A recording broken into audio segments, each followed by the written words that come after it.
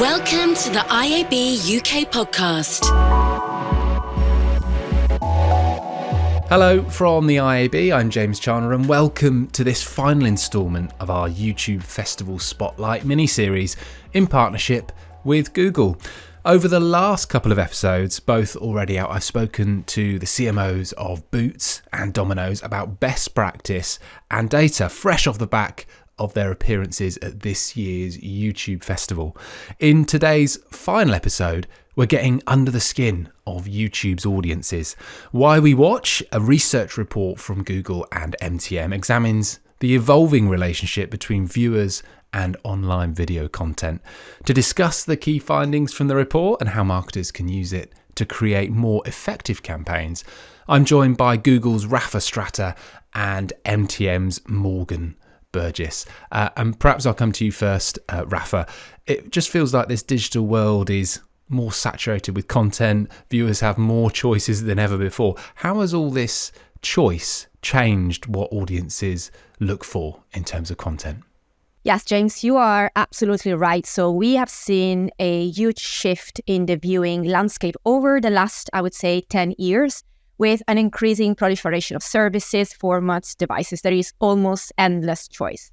But what's really interesting is that people have figured out how to navigate these complexities. So they are taking control and they are curating their own personal viewing experience.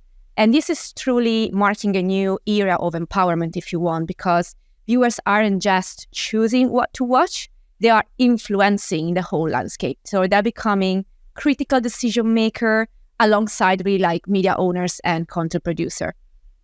So now this in this context of abundance of choices and curation habits, the traditional debate over content quality is becoming more pale because the viewer decision making is far more nuanced and layered, and ultimately the audience know what they like and where to find it. So that's why with Why We Watch, we decided to dig deeper into how all of this is changing and how the people are defining the quality themselves. And I guess with that, I will also leave the mic to Morgan that can explain better what we have done and what we have uncovered around this specific topic of quality.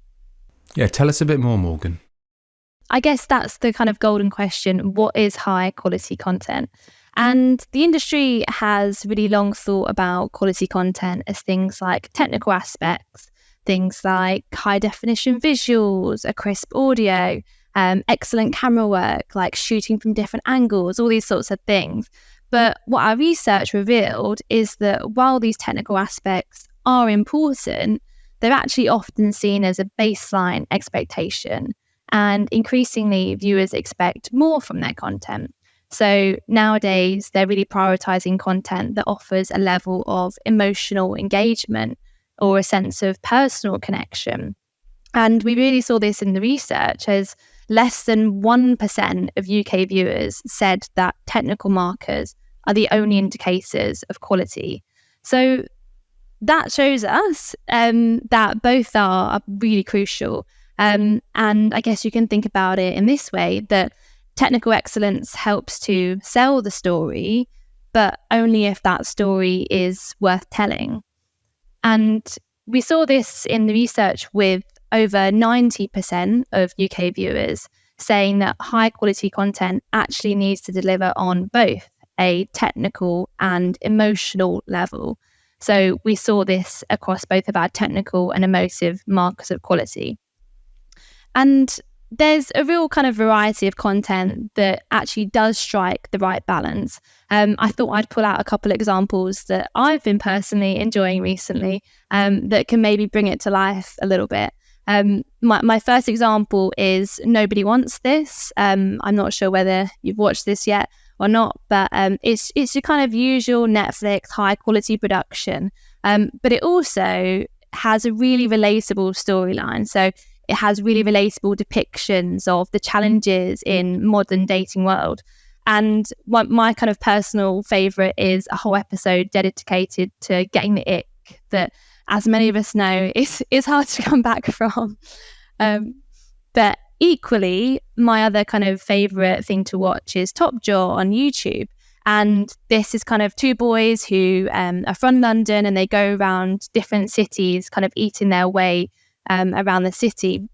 And for me, that really intersects with two of my favourite things in life, travel and eating. So that kind of combined with the ingrained British humour really kind of is something that lands well for me. But also, interestingly, they have kind of a really high production and really engaging visuals throughout. So these are kind of two different examples, but what they show us is that this balance of both can create content that is truly captivating. Rafa, it feels like quality is being reappraised in a way. It's not just about the technical aspect. There's these other kind of emotive things. What does that mean for, I guess, the golden question? What does that actually mean for YouTube? Yeah, so that's a great question. So as Morgan was mentioning, for a very long time, we associated quality with high production value, famous actors, stuff like that. But the emotional connection and authenticity are now what are defining high quality content, right? So YouTube is actually excelling at this new landscape because the platform gives the voice to an unparalleled variety of creators. So there are now more channels, more talent, more opportunity for people from a very diverse background to tell their own stories and for viewers to connect with such stories. I give you an example to make it more tangible. In 2023, more people created content on YouTube than ever before. So this diversity allows viewers actually to find content that truly resonates with them, forging what Morgan was describing, like deep emotional connection. I give you another example. Last year, a video from a former NASA engineer, Mark Rober, was exploring the science behind the wiffle ball, which, if you ask me, is a variation of baseball, and it's all I know about, okay? But that specific video gained 5 million views in the first 24 hours. And this was on the same day as the highly anticipated Succession series finale, which drew 2.9 million viewers on HBO. So this just to highlight how compelling content can come from very unexpected sources. So it doesn't surprise that when we ask our viewers to evaluate both commercial platforms like streaming services or linear TV versus generated content platform like YouTube or social media, well, they consistently rated YouTube together with streaming services as higher in terms of blending technical and emotional qualities. And our own data are further supporting this because we have seen a 400% increase in the number of YouTube creators whose videos are watched on the TV screen, indicating that the viewers value YouTube content enough to be enjoyed on the big screen. So it's a very valuable finding for us. There's almost this perception that, broadcast type television content is of a higher perceived quality than perhaps. That's a fascinating stat, and also that so many people are watching it on the big screen as well. Morgan, tell me a bit more about these emotive markers of quality. We heard lots about it at YouTube Festival, but it was a really significant finding in this piece of work, wasn't it? Yeah, definitely. And I think that these emotive markers of quality, it's kind of, they're so important nowadays because it's no surprise that today's content landscape is really saturated, and in order to capture attention, making a lasting impression is not only harder but also more important than ever. So that kind of finding that the true mark of excellence now lies in the ability to evoke emotions and connect viewers on a much deeper level is something that is incredibly powerful, kind of as an insight to this research.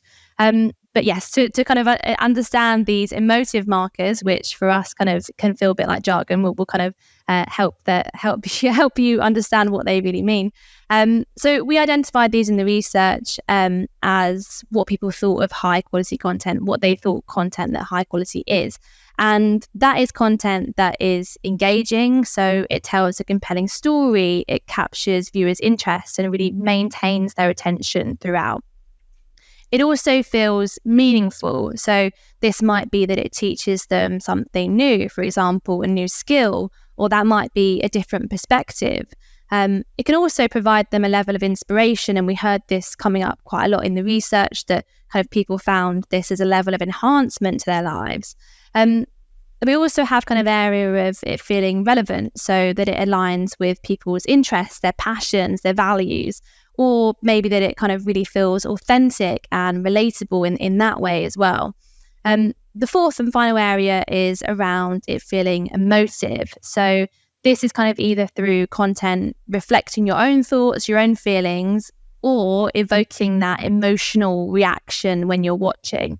And so these are kind of the different emotive markers that we highlighted and that we see kind of playing out through really high quality content. And this is particularly pertinent when it comes to YouTube.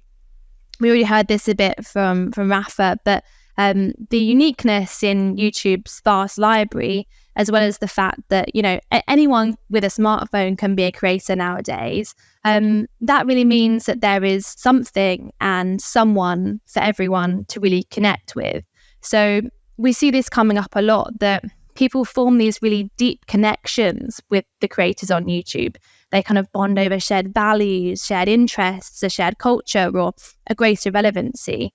And I thought, again, to kind of bring it to life a little bit better, a few examples of what we heard coming out in the research over why people felt such affiliation with these creators. One example was sharing and bonding over shared values. So one of our respondents felt really deeply connected with this BuzzFeed dating video, which shows this single woman choosing men based on their fried rice. Quite a funny video. Maybe choose your husband in that way.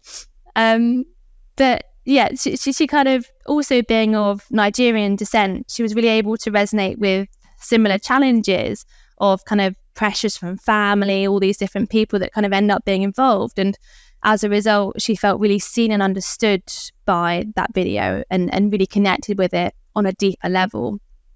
Another example was kind of one of our respondents who loved the Canadian duo Chris and Nala, who take on different hikes and adventures. If you've never seen them, Chris is kind of a middle-aged man, and Nala is his golden retriever dog. But our respondent kind of, he loved the fact that he also shared in being a dog dad, and had also shared similar struggles to the main character, well, the main kind of guy here, Chris, in going through a breakup, all these sorts of things. And in a really interesting way, it kind of gave him an accessible form of inspiration, because the Chris kind of opened his mind to consider different situations with a greater positivity. And now kind of it's his morning ritual to watch that and really get a boost for the day. So that kind of gives us some insight to how viewers are really connecting with creators on a much deeper level. But what we see is that this content actually also lights up in minds. And we kind of saw this in the brain imaging study, a really striking strength of emotion felt by viewers when they watch this content on YouTube. I always love anything that's got brain imaging studies or surveys in it. Rafa, tell us a bit more about it, because it's just such a fascinating area. These are things that are lighting up in people's brains as they're watching content, which can sort of tell you so much about their emotional response to it. Tell us a bit more about what you found. Yeah, absolutely. So it all started when we began exploring the idea that quality has become a personal concept, right? So our quantitative research has revealed a range of opinions on what constitutes quality, as we've been discussed so far.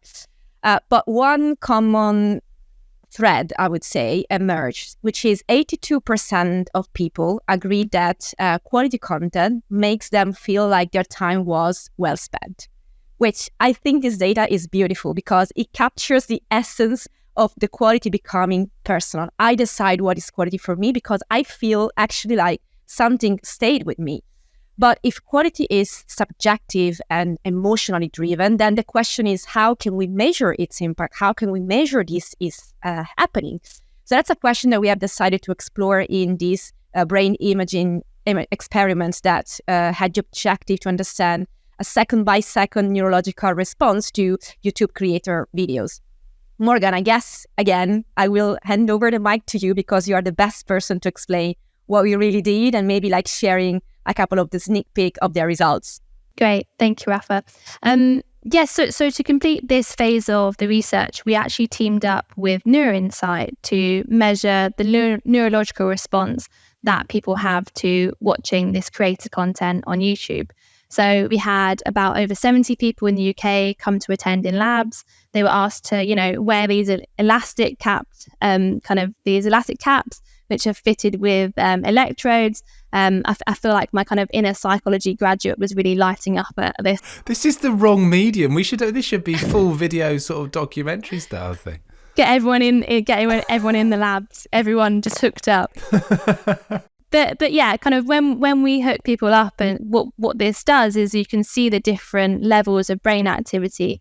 And in this task, they were asked to watch a series of creative videos, so including those that we'd pre-assigned to them, and then a selection that they choose themselves that they have some level of familiarity with. And for the purposes of this research, we really focused on measuring the real-time activity in the brain areas that are associated with things like global memory, their detail memory, other things like personal relevance, and also emotional impact. So this is kind of what we were looking for, and this is what we were kind of assessing the reactions on. And the results were particularly striking. The neuroimaging showed that viewers have a really high emotional impact to watching creator content on YouTube. And we saw this in actually an exceptionally high score. And what that tells us is that viewers are being affected by the content on an emotional level. So they're feeling emotions like joy, hope, empathy, happiness, all these sorts of things that actually go far beyond just consuming the content. And what the study also revealed was a really fascinating correlation for younger audiences, as when they were asked to watch content from those who they perceived to be relatable and authentic, this actually triggered an even higher response in their emotional impact. So that shows us that they're actually more likely to kind of feel emotionally connected to the content as well. And the final kind of spoiler that I'll talk us through now is that for younger audiences, this content is actually felt to be more memorable.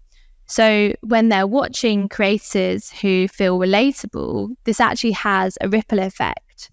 As the emotional impact intensifies, it also triggers memory encoding, which makes this more memorable to the viewer. So this really shows us that viewers are more likely to remember and be impacted by those who they feel a genuine connection with. And obviously, this is a great finding for YouTube, as it does kind of really show the strength of connection that viewers have to creator content. But more broadly, it teaches us that great content is that which makes us feel something. And that is what we're most likely to remember.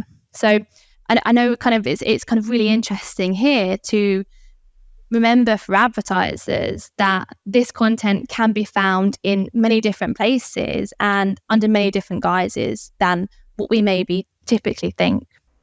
But I think it kind of makes total sense. You've got people in a really positive, emotive state, stuff they're enjoying, perhaps have sought out, and they're in a state, particularly those younger audiences, where stuff is kind of being banked into memory as well. It sort of feels like a perfect environment where you want your advertising.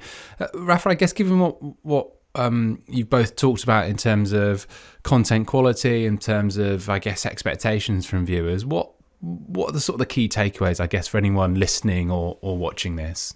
Yeah. So to answer that, let me tell you about another experiment that we run within these studies. We are running with the Behavioural Architects, which is another research agency, where we have recruited 600 people in the UK, and we asked half of them to continue using their existing YouTube account, while the other half has to create a brand new account and rebuild their viewing habits from scratch. It was a bit of like cheeky exercise. We then asked both the groups to use their accounts and to answer some questions about their feelings towards the platform, the behavior, and their receptiveness towards the ad. So we learned through these experiments a few interesting things. For instance, that people are appreciating the algorithm suggestion, but on YouTube, they are also strongly leveraging on the search bar to find content that really resonates to them. But the most striking findings was related to the advertising. Why? Because we were expecting a flat receptiveness level throughout the study. We keep saying like advertising is annoying or is like a break towards the content that I'm loving. But actually, we found that the group that had to reestablish their relationship with the platform was putting a lot of effort in doing that, was searching, was like browsing. And the more they were putting this effort in, the more the level of satisfaction towards YouTube was growing, but also the receptiveness to the advertising. Why? Well, because compared to the beginning of the experiments, this group of people was starting to see and appreciate that the ads were becoming more relevant to them. And thus, that was like boosting the receptiveness. So this suggests that YouTube viewers don't just dislike the ads, but their receptiveness seems to be tied to the relevance and the quality of the ads itself. It looks like they expect also more from the ads, not just from the content itself. The quality bar is very high, and the same applies also to the advertising type of content. So this means that marketers need to shift their focus beyond just technical execution and incorporate more, let's say, emotion, tell compelling story, resonates with the viewers at a personal level. We talk a lot about relevance here. We will reinforce this point. Now, this is not always easy to do. Google has some frameworks like the ABCD that can help to create effective advertising. But on the other side, we also know, we haven't mentioned yet, let's mention now, AI tools can enable marketers, right, to deliver the right content, the right format, to the right screen at the right time. So there are many opportunities for marketers to deliver ads that are matching these new high-quality standards that, again, are affecting the content, but also the advertising nowadays. And I'm so glad you mentioned AI. It's just been a thread that we've talked about in all of the episodes in terms of whether that's to maximize performance or make stuff more relevant. So I'm very, very pleased you mentioned it. And Morgan, just a quick one for you. I mean, there's just so much depth to this study, as there was with the previous one, but there feels there's even more this year. What's the biggest thing that kind of stood out for you in terms of what you found? I think it is kind of really striking that people do now have these kind of really close connections with people that are creating content. And, that's kind of something that we see coming up time and time again for YouTube, that, sometimes people talk about these people as their friends. They've kind of established this relationship with them over time, and they come back to them as kind of a ritual, or they come back to them every day as someone just to keep up with. And that's kind of really interesting, because it's really fostering this close connection to that kind of content that people genuinely care to come back to. And Rafa, the final word is with you. What's exciting you most about when you sort of look to the future in terms of quality content on YouTube? Well, I guess, probably echoing what Morgan was saying, I'm really excited about the potential for deeper connection through content and ads that creators and marketers can achieve with their audience. So more specifically, maybe on content, from a creator's perspective, once again, AI tools can help them to reach their full potential, right? I'm excited to see how the creators will continue to push the boundaries of the storytelling and leverage different formats to create unique and engaging experiencing and stories. We are already seeing actually these happening. There are some tools that are already being used to experiment, to edit different styles, create interactive experience. I can't wait where our creators are bringing us in this journey. Ultimately, it's about creating content that resonates with the viewers, right? So when this gets applied together with AI, I guess the sky is the limit. So I'm very excited to see that. From the ads perspective, I'm also eager to see how the marketers will leverage these and would be just feel empowered to just create even better campaigns. Imagine that are ads that are not just promoting products, but inspire, entertain, educate viewers. It's about creating an experience that resonates at deeper level also in that sense. And as we said, personal level is playing a role when it comes to ads. So the evolution of AI tools are really probably allowing advertising to deliver, as we said before, the right message to the right person at scale. So I'm very excited about those two elements, and I can't wait to see what the creators and marketers can do in this environment. Brilliant. Rafa, Morgan, it's a fantastic study. Thank you both for coming and sharing it with us. Thank you for having us. Thank you. Fascinating as always, and hopefully that's whet your appetite to get into the full report, which of course we will link to in the show notes. And that's it for this YouTube Festival Spotlight mini-series. Thank you to all of our guests for appearing over the last 3 episodes. I was lucky enough to go down to YouTube Festival this year, and it's just this superb showcase of the power of YouTube with a healthy dose of creator entertainment and a whole bunch of marketing effectiveness tips as well. And hopefully these episodes have given you a little flavour of what YouTube Festival was all about and exactly how the platform is developing. I'll be back with a regular episode of the IAB UK podcast live from the Last Thursday Club, but for now, thank you so much for joining me, and remember that you can watch this episode, if you happen to just be listening to it, on YouTube. Bye for now. IAB UK, building a better future for digital advertising for the benefit of everyone.